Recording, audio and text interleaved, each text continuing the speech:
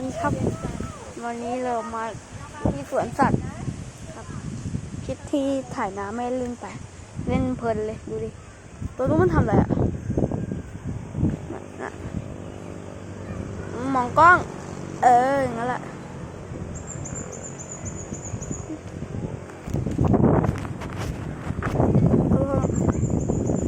ตัวทำโทรศัพท์ลงน้ำมากโอ้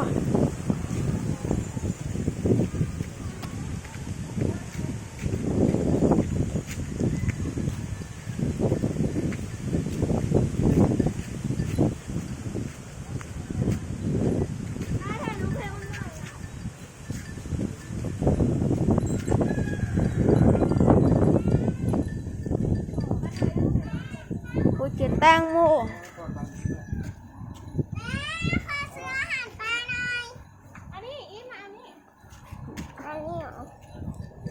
อาหารปลานะครับพวง2 หน่วย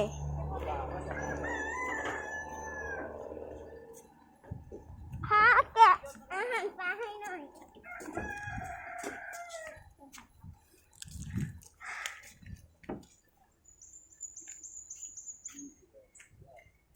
กวางลูซา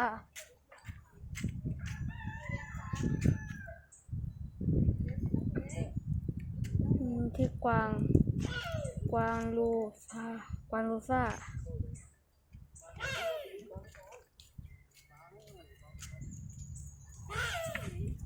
จะมองดิ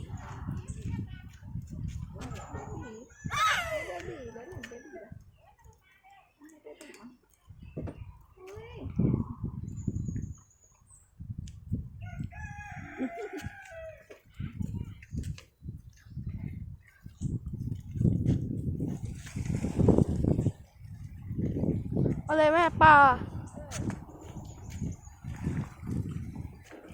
อันนี้นั่นแหละนี่เหรอ